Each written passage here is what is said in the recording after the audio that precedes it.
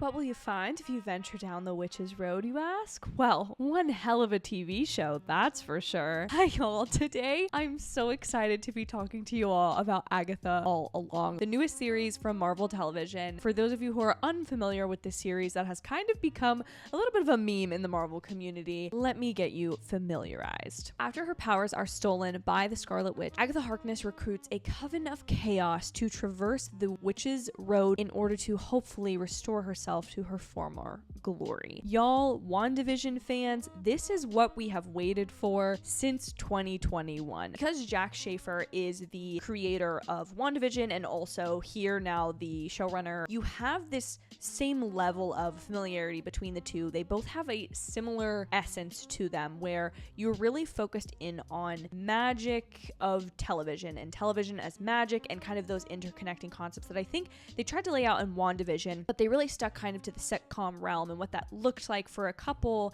and how that was portrayed in American television. Whereas in this show, we're really playing with the popular culture interpretations of witches and how that has sort of been interpreted and displayed and what it's been symbolic of in our media and entertainment. And this show with episode 1 hits the ground running down that witch's road, let me tell you. They do such an excellent job of getting you acquainted with the series. Part of it is because the general concept of the show, and this is not a spoiler, is connected to WandaVision. Agatha Harkness has only ever showed up once before, and it was in WandaVision. So her kind of revenge storyline here that's being pitched in a lot of the promos and in the description of the series itself is obviously centered around WandaVision. So I think it was really smart to bring back those same familiar elements. However, what is so incredible is how fresh and unique and individual this series still feels. It is not trying to copy WandaVision's format in terms of the show run. I can tell you I've watched 1 through 4. I'm only going to be talking about episodes 1 and 2 here, but because I watched them, I can tell you that the general pacing of the season thus far is very strong and very different from WandaVision. And while I love WandaVision just as much as the next gal, I think we can all admit at this point that there were parts of WandaVision's beginning where all of us were kind of looking around and going, what exactly is going on? Like, what are we doing here?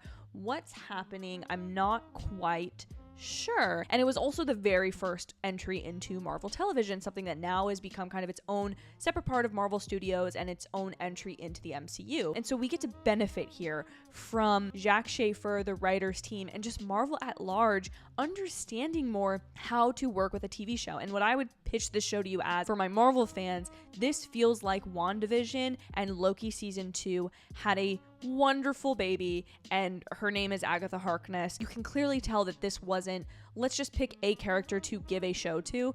This show is crafted around who Agatha Harkness is as a witch, as a sorceress, and it is very, again, tied to this magical element of the MCU, and a lot of that is because of what has become associated or tied to Wanda. And again, I'm not going to spoil anything because I really want you to go into this blind and appreciate it for yourself. What I can tell you is about episode 1 specifically, it is sticking to the bit. There's a bit here and there is a decision that was made, and I think it was such a great one. Wow, the choice to do this is so good. It's so fun. Anyone who was along for the week by week theorizing of WandaVision will immediately pick up what is happening in this first episode and be on board with it and really enjoy it and appreciate how good the writing is, because it's being cliched simultaneously as well as it is actually telling you exactly explicitly what is happening, yet under this guise of being something different. Like, it's the layers to this episode are so good. I really just appreciated episode 1's risk-taking while also not leaving us completely in the dark by the end of the episode in a way that I kind of feel like, if I'm being fair, the first episode of WandaVision did. Similarly, episode 2, I think, is really, really effective. If you're going to use one episode of an 8-episode run of a season to kind of do something fun the way episode 1 does, episode 2 has to hit the ground running. And you can tell that the people in the writer's room, they know exactly how many episodes they need to get their goal accomplished here, okay? And that's what I will say.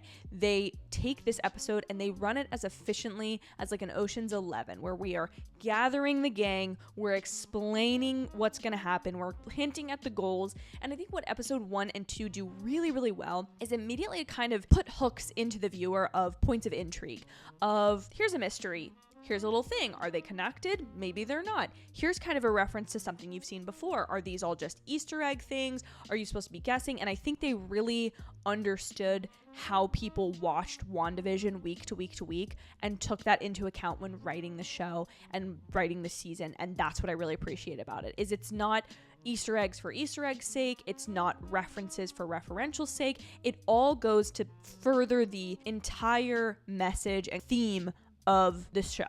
And I think the thing that I really want to commend them on is kind of the seasonal element and release of the show. A show that feels so purposefully made and crafted to release around this time of year, of fall, of the entry into spooky season, and lead up to Halloween, basically. The way that these episodes have been laid out is beautiful. The way they have planned this, it's so amazing, is they clearly have picked up on every cultural interpretation of witchiness, of kind of from the set design and production of kind of the look of this show, of witchy maximalism. Like, what would a witch's house look like? And is it just old and crotchety? Are there different kinds of witches from different eras of not only media that has portrayed witches, but kind of how the general public might interpret witchcraft, or different alt things like crystals and that sort of thing? And the show plays so much with that interpretation of what a witch has been historically, societally, and in popular culture. And I'm having so much fun with everything that they're doing. The general concept here, again, is so strong. They have really structured, now looking back at the way this was released at Comic-Con, I totally understand why they emphasized the things they did, because it didn't make sense at the time. They've focused on the core elements of the show and of the story, shrunk them down, at least from what I have seen thus far, and really known how to structure the story around those elements. And you can add a lot of different, like, sprinkles and frosting and stuff. They've thought it through. They've thought it through like a television season, and not like this really ambitious different project that I think WandaVision wanted to be, where it's not quite a movie, but it's not quite exactly television. We're building on a character that we've only seen once before, so we don't have the same familiarity or intrigue that we would for Loki. So I think they've done a really good job here of giving us those points of interest, telling us why we should care, and getting us to the point of the story very quickly, because not all storytelling needs to be about efficiency, but if somebody's not interested and doesn't understand the goal of their main character, especially if that main character is a villain, they're going to tap out. They're not going to be interested. And so this show in the first 2 episodes has done that really, really, really, really well. I also just want to end this on the fact that Kathryn Hahn, the casting of her as Agatha Harkness, is so good, because in WandaVision, we get to see her as this nosy neighbor comedic role, right? That's kind of how Agatha is until she's kind of revealed to be the villain at the end of WandaVision. And then at the end of WandaVision, we kind of understand that she's supposed to be this menacing, crazy witch lady. But here, because she is the titular character, there is a lot more weight to Kathryn Hahn's performance, and there's a lot more layers there. I almost kind of wonder if it was explored in original versions of WandaVision, and we're just now getting it here. There is so much general witchy iconography that you will watch the show and appreciate. I cannot wait to rewatch these 2 episodes tonight to kind of pick up on a few more things, and I'm just absolutely so excited for that. So if you want to join that journey, please feel free to subscribe down below. I am going to be back weekly with Agatha All Along episodes. I am so excited to talk to you guys about the show, deep dive into it. Can't wait to hear y'all's thoughts. I'm so excited for you guys to get to watch it, and thank you again for giving me these opportunities where I do get to see and review these things before they're even out. It's a pinch me moment every time, and I do not take it for granted. With that being said, I hope you all have an absolutely bewitched evening, and I will see you in my very next video further down the Witch's Road. How many Witch's Road references can I make in this video? It's getting ridiculous.